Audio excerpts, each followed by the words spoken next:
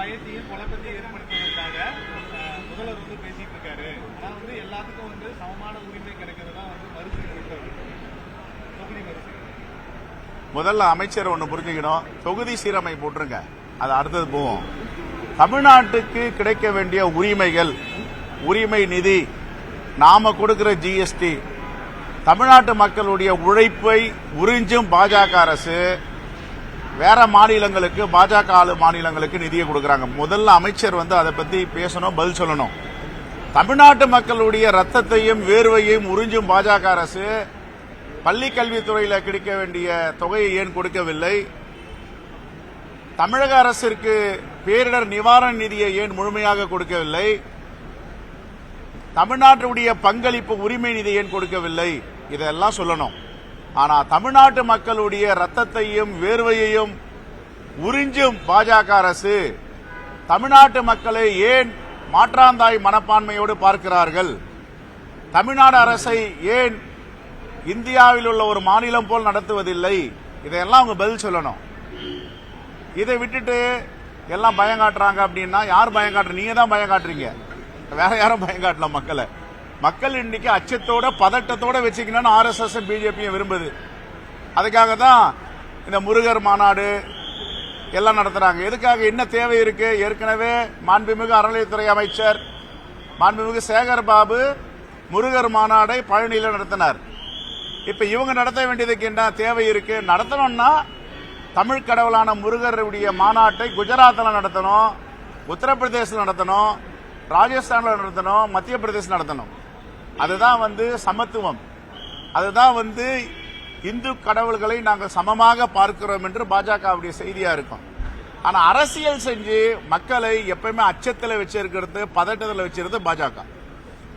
இது எல்லா வட மாநிலங்களில எப்படி கலவரத்தை தூண்டினார்களோ அப்படி தென் மாநிலங்களில், குறிப்பா தமிழ்நாட்டில் ஏதாவது கிடைக்குமா, கலவரத்தை தூண்டலாமா என்று சங்கி அணிகள் காத்துக் கொண்டிருக்கின்றன. மறுசீரமைப்பு ரொம்ப தெளிவா மாண்பு முதலமைச்சர் தென்னிந்திய முதல்வர்கள் எல்லாம் கூப்பிட்டு, காங்கிரஸ் ஆளாத மாநில முதல்வர்கள் எல்லாம் கூப்பிட்டு, காங்கிரஸ் பாஜக ஆளாத மாநிலங்கள், காங்கிரஸ் ஆளும் மாநிலங்கள் இந்த முதலமைச்சர்களை அழைத்து தெளிவாக சொல்லியிருக்கிறார் என்னென்ன ஆபத்து காத்துக் கொண்டிருக்கிறது என்று.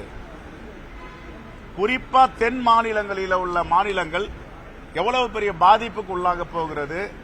ஒருவேளை மறுசீரமைப்பு பாஜக திட்டமிட்டது போல் கொண்டு வந்தால் தென் மாநிலத்தின் வாக்குகளே தேவையில்லை, தென் மாநிலங்களின் பாராளுமன்ற உறுப்பினருடைய எண்ணிக்கையும் அவர்களுக்கு தேவையில்லை.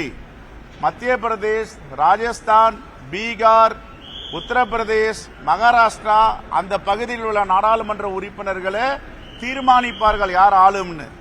தென் மாநிலங்களுடைய பிரதிநிதித்துவம் ஒன்றும் அங்கு இருக்காது. அதற்காகத்தான் திட்டமிட்டு இப்படிப்பட்ட சதி வேலையில் இறங்கியிருக்கிறார்கள். தென் மாநிலங்களை புறக்கணிக்க வேண்டும் என்ற திட்டத்தில் பாஜக இருக்கிறது. ஏற்கனவே நாடு சுதந்திரம் அடைந்து எவ்வளவு நாடாளுமன்றத்தில் இருக்கைகள் இருக்கின்றன? 1000 இருக்கைகள் போட வேண்டிய தேவை என்ன இருக்கிறது? 1000 இருக்கைகள் போட்டிருக்கிறார்கள். அந்த உள்நோக்கம் என்ன? இதெல்லாம் எடப்பாடி பழனிசாமி அவர்களுக்கும் தெரியல. முதலமைச்சராக இருந்தவர் வராததை வருகிறது என்று பூச்சாண்டி காட்டுகிறார் என்று சொல்றாரு எடப்பாடி பழனிசாமி அவர்கள். நான் கேட்கிறேன், 1000 இருக்கைகள் எதுக்கு போட்டிருக்காங்க? காரணம் என்ன? 1000 நாடாளுமன்ற உறுப்பினர்களை உருவாக்க வேண்டும். அப்ப இருக்கிற 545க்கு பதில் 1000 என்றால் தமிழ்நாட்டுடைய பிரதிநிதித்துவம் எங்க இருக்கும்? இப்பவே நாடாளுமன்றத்தில் 10 நிமிடங்களுக்கு மேல பேச முடியல. இந்த 543 நாடாளுமன்ற உறுப்பினர் இருக்கும்போது 1000 வந்துட்டா 2 நிமிடம் கூட கிடைக்காது தமிழ்நாட்டு சார்பா பேசுறதுக்கு. இதெல்லாம் மாண்புமிகு எதிர்க்கட்சி தலைவர் எடப்பாடி பழனிசாமி அவர்களுக்கு புரிதல் இல்லையா, இல்ல புரிஞ்சிட்டு இப்படி பேசுறாரான்னு தெரியல. பாஜக அப்படிதான் பேசுவாங்க. அவருடைய வேலை திட்டமே இதுதான், மக்களை திசை திருப்புவது, மக்களுக்கு உண்மைக்கு புறமான செய்தியை கொடுப்பது. நாங்க தெளிவா சொல்றோம், இந்த மறுசீரமைப்பு என்பது பாஜக திட்டமிட்டது போல் நடந்தால் தமிழ்நாட்டு பிரதிநிதித்துவம் இல்லாமல் போய்விடும், தென்னிந்தியா பாதிக்கப்படும், வட மாநிலங்களில் உள்ள நாடாளுமன்ற உறுப்பினர்களே தீர்மானித்து விடுவார்கள். இதுதான் எங்களுடைய பார்வை. தமிழக அரசு மக்கள் தொகை கணக்கெடுப்பு மதிக்கிறாங்க, மத்திய அரசு பண்ண குற்றச்சாட்டு செய்வாங்க. திசை திருப்பும் வேலைக்கு நாங்க திசை திருப்பல் ரொம்ப தெளிவா சொல்றோம், உடனே நடத்துங்கன்றோம். உடனே நடத்துங்க. எதுக்காக ஓராண்டு ஈராண்டு தள்ளி போடுறீங்க? உடனே நடத்துங்க. மத்திய அரசு கிட்ட தான் புள்ளியியல் துறை சென்சஸ் டிபார்ட்மெண்ட் இருக்கு, மாநில அரசு கிட்ட கிடையாது.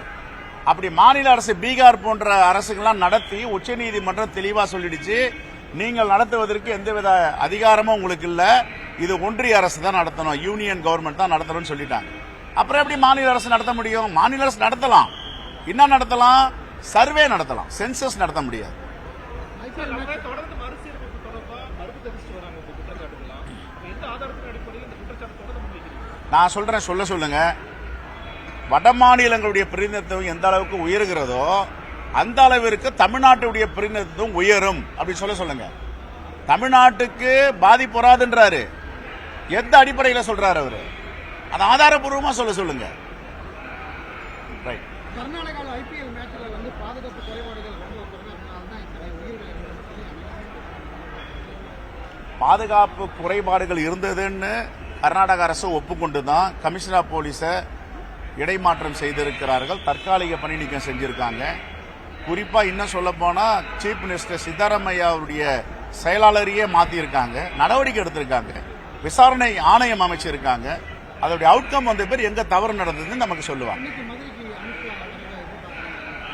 ஏதாவது குழப்பம் பண்ணலாமா, தமிழ்நாட்டில் ஏதாவது கால் ஊன்றலாமான்னு முயற்சி எடுத்து கொண்டிருக்காங்க.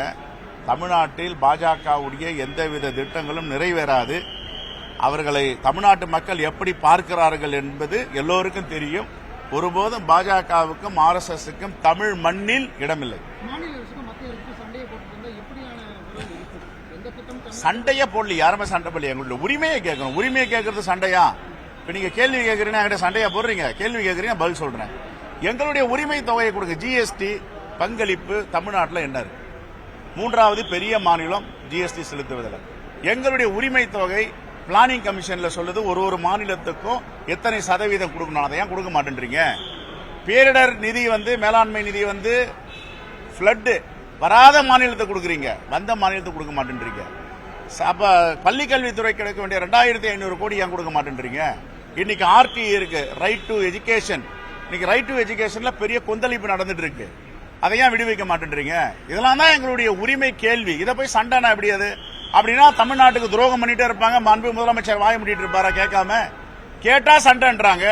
முருகன் வந்தாரு, ஒன்றிய அமைச்சர், தமிழ்நாட்டு உரிமையும் அவர் தானே மீட்டு கொடுக்கணும், கேட்கணும்ல. சார் எங்களுக்கு அதிகமா கொடுக்க வேணாம், எங்களுக்கு கொடுக்க வேண்டிய உரிமையை கொடுங்க, ஏன் கேட்க மாட்டேன்றாரு? பாஜக தலைவர்களையும் தமிழ்நாட்டு நலனுக்காக குரல் கொடுக்க மாட்டேன்றாங்க. இதுதான் பாஜகவுக்கு மற்ற கட்சிகளுக்குள்ள வித்தியாசம்.